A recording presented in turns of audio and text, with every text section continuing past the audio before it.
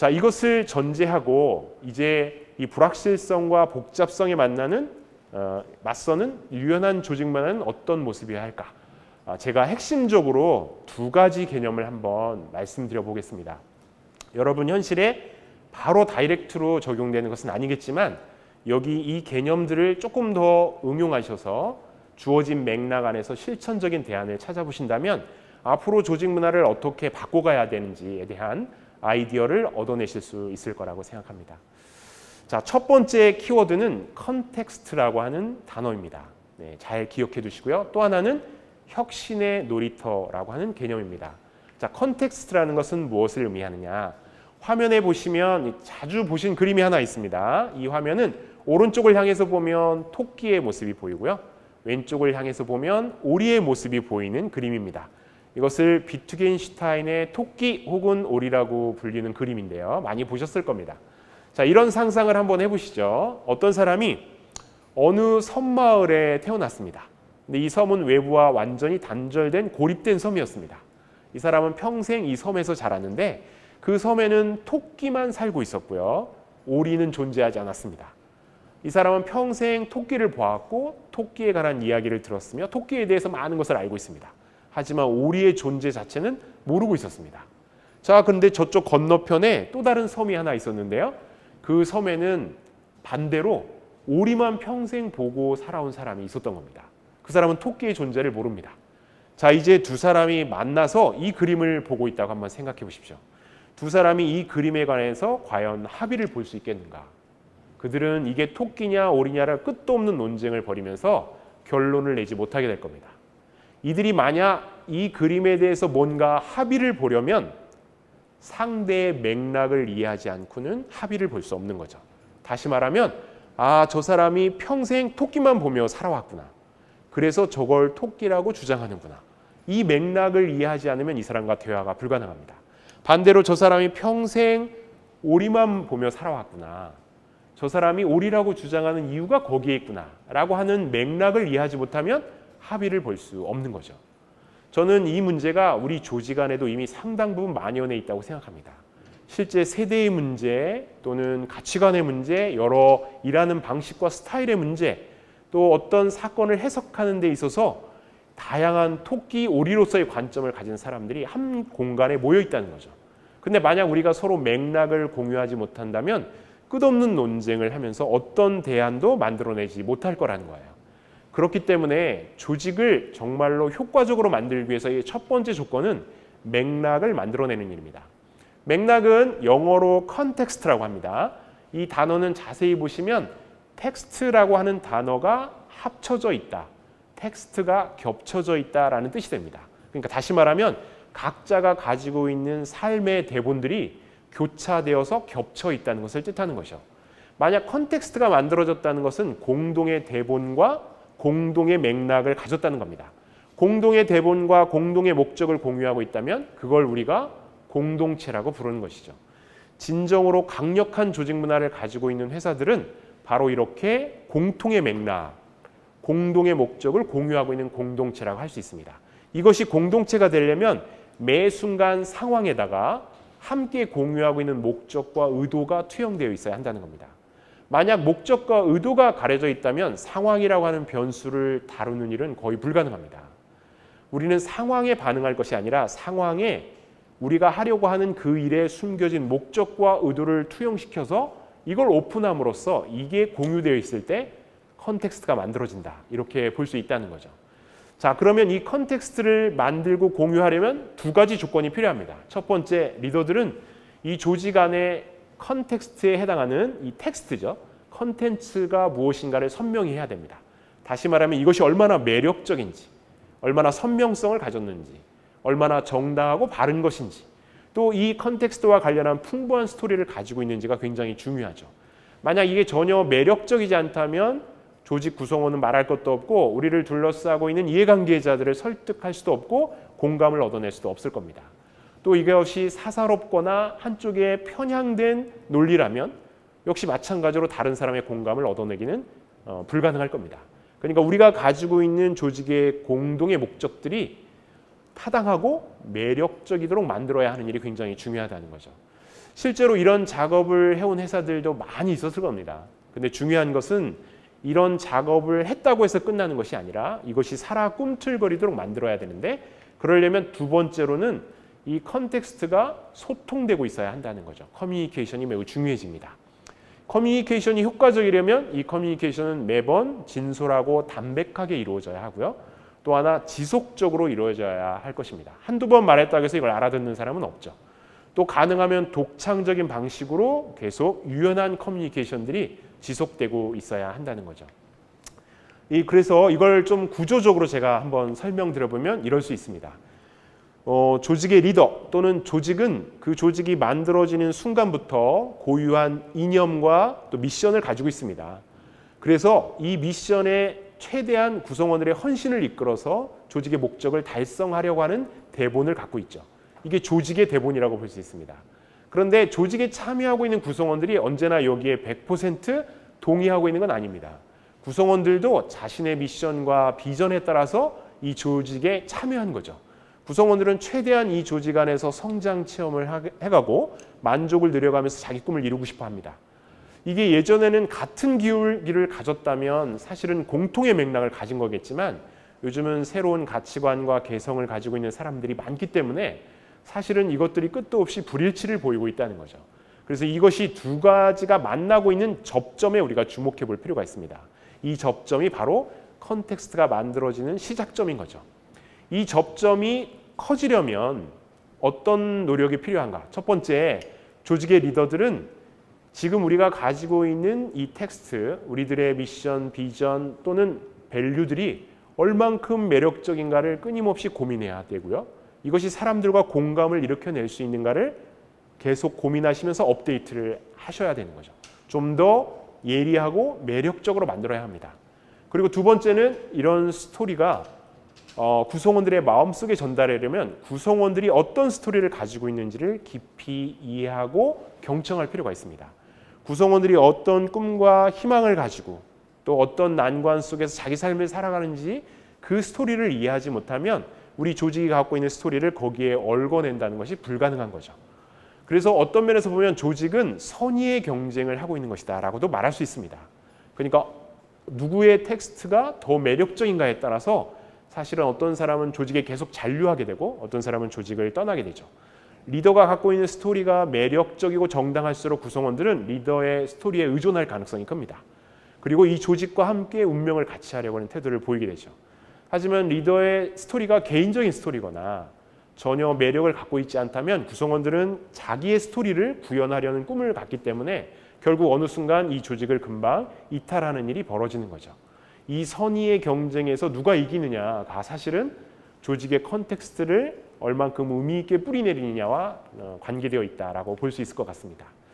자, 이것을 조직 구성원에게 전달하려면 일회적인 사건으로는 불가능합니다.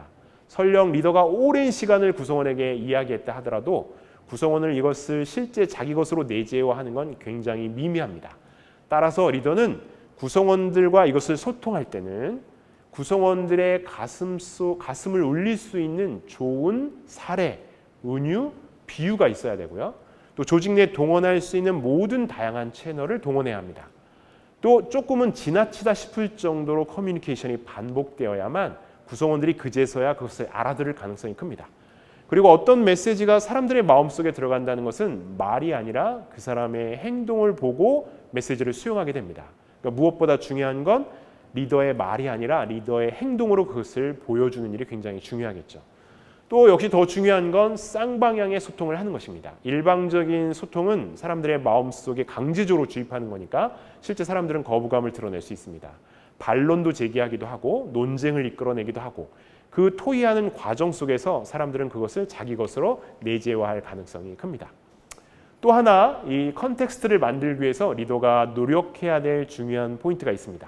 그건 뭐냐면 리더만 알고 있는 스토리가 구성원에게 전달되지 않는다면 그것은 리더가 마스크를 쓰고 있는 것과 똑같습니다. 리더가 자기의 본심을 숨기고 피상적으로 다른 이야기를 하고 있다고 볼 수 있는 거죠. 그러니까 이 정말로 컨텍스트를 만들려면 우선 리더가 자신의 취약성, 모순, 위선을 적극적으로 드러내어서 내가 지금 어떤 감정과 생각을 가지고 있는지를 오픈해야만 구성원들이 내 이야기를 수용할 준비를 하게 됩니다. 그래서 사실은 투명하게 정보를 공개해가는 일이 첫 번째로 되게 중요한 전략이라고 할 수 있습니다. 이걸 리더의 자기 노출 전략이라고 합니다.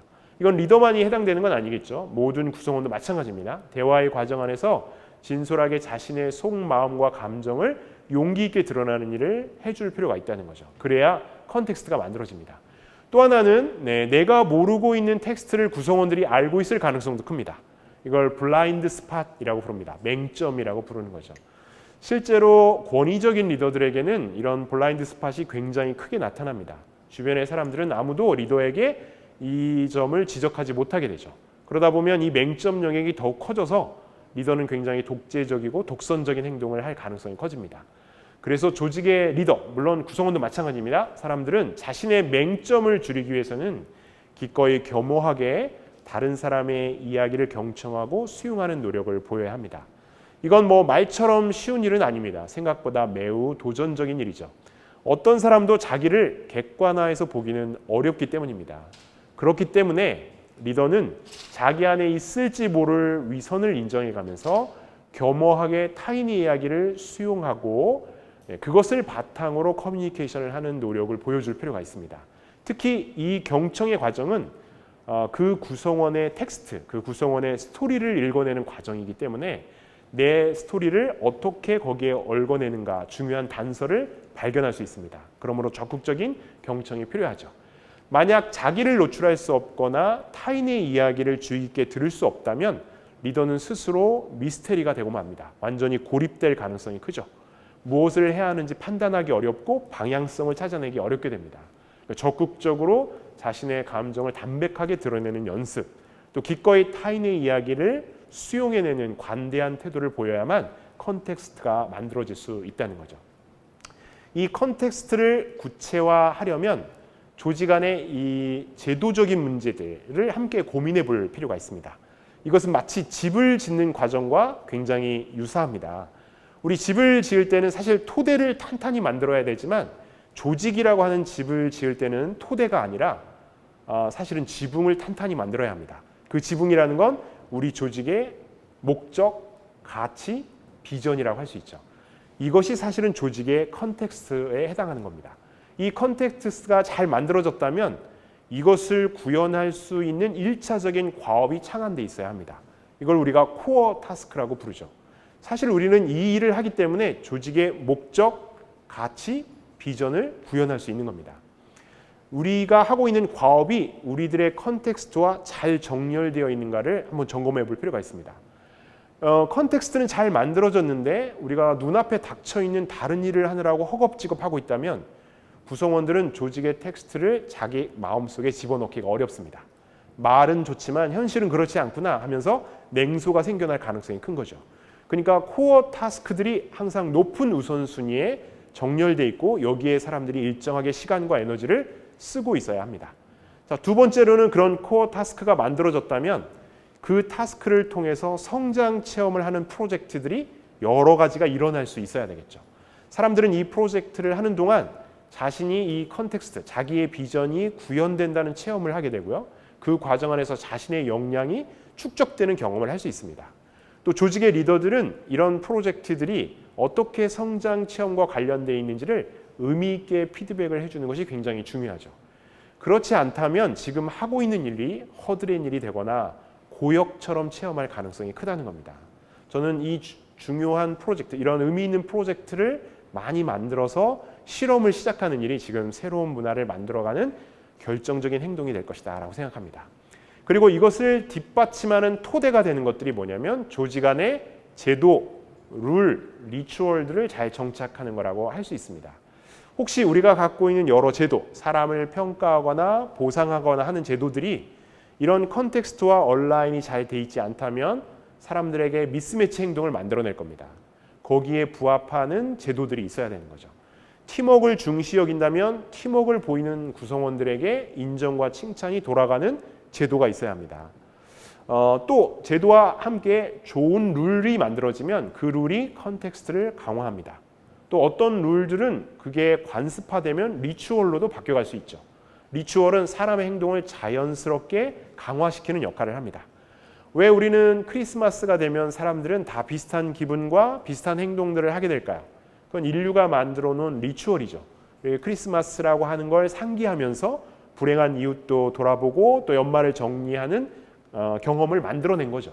조직 안에도 좋은 리추얼들이 정착되기 시작하면 사람들은 특별한 의심 없이 그 컨텍스트를 자연스럽게 내재화하는 체험을 하게 됩니다.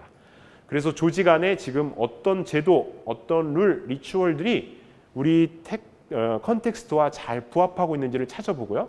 미스매치가 있다면 그런 걸 찾아서 적극적으로 제거하는 것이 이 컨텍스트를 정착시켜가는 방법이다라고 할 수 있겠습니다. 자, 두 번째, 이제 이 컨텍스트가 잘 만들어졌다면 우리는 이제 이 조직을 혁신적이고 유연하고 창의적이고 자율적인 문화로 만들어낼 수 있습니다. 대부분 많은 조직의 리더들이 자율적이고 능동적인 문화를 원하면서도 컨텍스트에 대해서는 좀 피상적 경험을 하신 분들이 많습니다. 컨텍스트가 제대로 만들어져야만 혁신의 놀이터가 제대로 구성된다는 거죠. 자, 혁신의 놀이터라는 건 뭐냐? 한번 생각해 보겠습니다. 여러분 혹시 어린아이가 있으신 분은 어린아이를 데리고 놀이터에 놀러 가신 적이 있는지, 뭐 조카도 좋고요. 놀러 가신 적이 있다면 가만히 생각해 보십시오. 어린아이를 데리고 놀이터에 놀러 가게 되면 아이를 놀이터에서 다른 아이들과 놀 수 있게 분위기를 만들어주고 아마 여러분은 놀이터 바깥으로 나올 겁니다. 아이가 노는 것을 지나치게 간섭하거나 통제하지 않죠. 만약 그렇게 하면 아이는 실제 신나게 놀 수가 없을 겁니다. 만약 여러분이 얘하고 놀아라, 쟤랑 놀지 말아라, 놀 때는 이것을 하고 놀아라, 노는 순서는 이거다 이렇게 가르쳐주면 아이가 금방 흥미를 잃을 겁니다. 원래 놀이터라는 공간은 아이들이 스스로 즐거움과 재미를 체험해가면서 자율적으로 노는 거거든요. 그러니까 아마 부모는 벤치쯤, 놀이터 밖에 벤치에 앉아서 아이가 잘 놀고 있는가를 지켜볼 겁니다. 만약 놀이터에 유리조각이 발견되면 어떻게 하시겠습니까? 뛰어가서 유리조각을 주워내겠죠. 아이들이 다투고 있다면 가서 말리고 계실 겁니다. 만약 아이가 놀이터 밖으로 나간다면 어떨까요? 그 아이의 손을 잡아서 얼른 놀이터 안에 들여다 놓겠죠. 자, 혁신의 놀이터에서 리더들의 역할은 여기에 있다는 겁니다. 이 놀이터의 보호자의 모습을 생각해 보시는 거예요. 아이들이 자연스럽게 자유롭게 놀 수 있는 환경과 조건을 관리하는 것이지 그 놀이에 개입하는 것이 아니라는 겁니다. 놀이에 개입하지 않아야 그 일하는 공간이 놀이터로 변모한다는 거죠. 자, 그런데 우리 직장과 조직의 놀이터는 어린아이 놀이터들과 다릅니다. 분명한 목적이 있고 결과물을 만들어야 되는 거죠. 그러니까 리더가 해야 될 일은 이 목적과 결과에 해당하는 바운더리를 탄탄히 만들고 그 안을 흥미진진한 놀이공간으로 바꾸어야 한다는 거죠. 사람들은 놀 때 호기심을 작동시키고 창조적인 행동들을 만들어내기 시작합니다. 놀이터가 아니라면 이 조직은 결국 죽어가는 조직이 될 위험성이 커지는 거죠. 자, 이 놀이터를 만들려면 첫 번째로 하셔야 될 일은 구성원들을 과감하게 임파워먼트 시켜야 한다는 겁니다. 자, 임파워먼트라는 것은 뭐냐면 구성원이 느끼기에 내가 어떤 상황에서도 스스로 문제를 해결해 나갈 수 있는 자신감과 능력을 가지고 있다라고 느끼는 겁니다. 자, 이런 느낌은 어디에서 오는가? 사실은 주변 사람의 많은 피드백에서 옵니다. 너 잘하고 있어. 너한테는 이런 재능이 있구나. 너는 이런 걸 정말 좋아하는구나. 주변 사람들의 긍정적인 피드백, 그리고 그 과정에서 성공의 경험들이 축적될 때 사람들은 임파워되는 느낌을 갖게 됩니다. 임파워된 사람들은 주도적이고 능동적으로 행동하게 되는 거죠. 자, 이런 임파워먼트를 제공하려면 리더는 일을 부여할 때 의미감을 많이 공유하는 것이 중요합니다.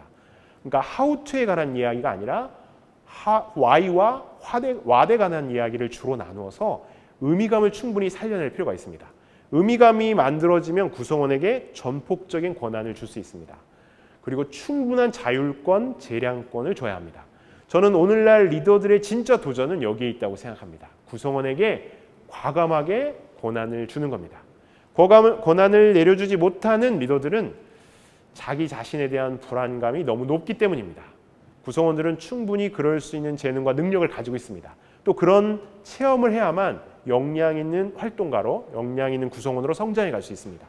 그리고 세 번째는 적절한 피드백을 통해서 성장하고 있음을 알려주는 거죠. 지금 한 프로젝트가 어떤 의미가 있는지, 얼만큼 너의 역량을 쌓는데 도움이 된 것인지를 잘 찾아서 성장의 정보를 주게 되면 임파워먼트의 선순환이 일어날 수 있습니다.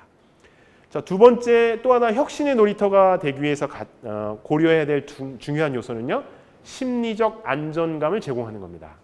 심리적 안정감이란 역시 구성원이 느끼기에 내가 이 조직 안에서 어떤 말과 행동을 하더라도, 심지어 실수하고 실패한다 하더라도 주변 사람이 나를 비난하지 않을 것이다 라고 하는 믿음을 뜻합니다.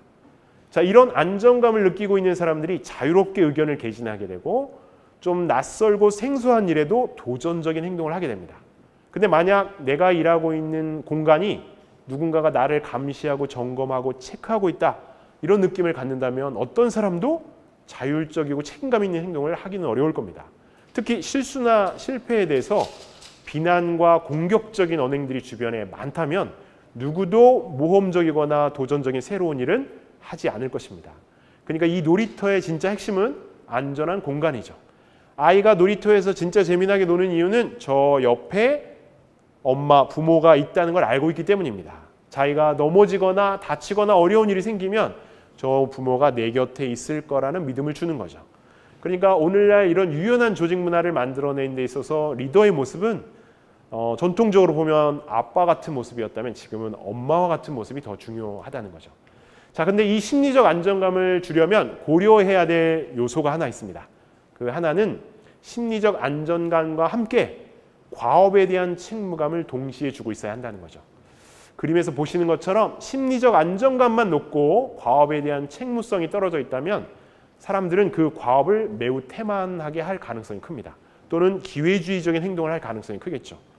어떤 리더가 구성원을 통제하면 안 된다는 생각에 자율성만을 부여한다면 구성원들은 임의로 그 행동을 하면서 태만한 행동을 보일 가능성이 큽니다. 반대로 과업에 대한 책무감만 주고 심리적 안정감을 주지 않는다면 구성원들은 불안감을 느낄 가능성이 큽니다. 해야 할 과업들은 닥쳐 있고 난이도는 굉장히 높은데 또 잘못하게 되면 큰 처벌이 있다고 생각되면 누구도 이 일을 제대로 창의적으로 하기 어려울 겁니다. 사람들이 창의적이고 혁신적으로 일한다는 것은 과업에 대한 명료한 책임감과 함께 그 일에서 심리적인 안정감을 느끼기 때문입니다. 내가 이렇게 도전하지만 누군가가 나를 지켜줄 것이다. 내가 넘어지면 누군가가 나를 일으켜 세워줄 것이다. 다시 할 수 있는 용기를 줄 것이다 라는 믿음을 가질 때 사람들은 자기에게 숨겨져 있는 재능을 발산해서 도전적인 일을 하게 되는 거죠. 사실은 혁신은 거기에서 일어나는 것이다 라고 볼 수 있겠습니다. 또 하나, 혁신의 놀이터를 만들어내는 데서 또 하나 세 번째 중요한 개념은 컴패션이라고 하는 겁니다. 컴패션은 우리말로 하면 긍휼이라고 하는 말입니다. 긍휼이라는 것은 타인의 고통과 상처가 내 것처럼 느껴져서 나도 실제 그 고통을 체험하기 때문에 이 문제를 해결하려는 적극적인 행동을 의미합니다. 그러니까 단순히 연민하거나 공감하는 수준과는 다른 거죠. 저는 조직에 있는 구성원들이 서로에게 긍휼감을 느낄 때, 또 리더가 구성원들에게 긍휼감을 느낄 때 이 조직이 심리적으로 안전한 놀이터로 바뀌어가고 있다고 생각합니다. 그런데 이런 긍휼감이 사라진 곳에서는 경쟁, 갈등, 분열이 훨씬 더 커질 수밖에 없고 사람들은 고독하고 외로워지게 됩니다. 저는 실제 오늘날 조직의 많은 모습들 안에서 이런 것을 많이 발견했습니다. 사람들은 뿔뿔이 흩어졌고 사람들은 고립되어 있는 느낌을 갖고 있습니다. 제가 만난 어떤 분들도 실제로 직장 안에 있지만 솔직한 자기 이야기를 털어놓을 수 있는 상대가 없다. 이렇게 고백하는 분도 계셨습니다. 저는 우리가 서로에게 인간적인 긍휼감을 밑바탕에 깔고 있을 때 그 연대감들이 조직적 힘을 만들어내고 있다라고 생각합니다. 최근의 연구 결과에 의하면 컴패션을 느끼고 있는 구성원들이 혁신적인 행동을 하고 있다는 거죠. 우리 조직이 혁신적이라는 것, 우리 단체가 혁신적이라는 건 우리를 단체를 둘러싸고 있는 이해관계자들의 고통과 상처를 긍휼히 여길 때일 겁니다. 그럴 때 우리가 혁신적 대안을 찾아내게 되는 거죠. 조직 안에서 혁신의 문제도 이 긍휼감이 넘치고 있어야 혁신이 가능해진다는 거죠. 제가 좀 추상적으로 말씀드린 것 같지만 이 말은 매우 저는 실천적인 의미가 있다라고 생각하고요. 여러분도 여러분 현실에서 한번 고민해 보시면서 실천적 대안을 찾아보면 좋을 것 같습니다. 제가 오늘 이러저러한 이야기를 드리긴 했지만 조금 요약해서 말씀드리면 5가지가 될 것 같아요. 첫 번째, 이런 코로나와 같은 불확실성과 위기들은 앞으로 훨씬 더 상수화될 가능성이 큽니다. 이 변화는 늘 있을 가능성이 큽니다. 그런데 우리가 이 변화 속에서 불안감과 막 호들갑을 떨기보다는 우리들이 하고 있는 일의 본질과 트렌드를 잘 구분해내는 게 필요하다고 생각합니다. 본질을 지키고 트렌드를 변화시켜가는 일이 정말 중요한 거죠. 근데 본질 자체가 없어버리면 혼돈에 빠질 겁니다. 두 번째는 우리 직장이 좀 더 진실한 성장 체험을 할 수 있는 공간으로 바뀌려면 좀 더 진정성 있는 모습을 서로 보여야 한다. 단순히 일에 치여서 성실함을 드러낼 것이 아니라 진실한 모습을 드러내야 된다.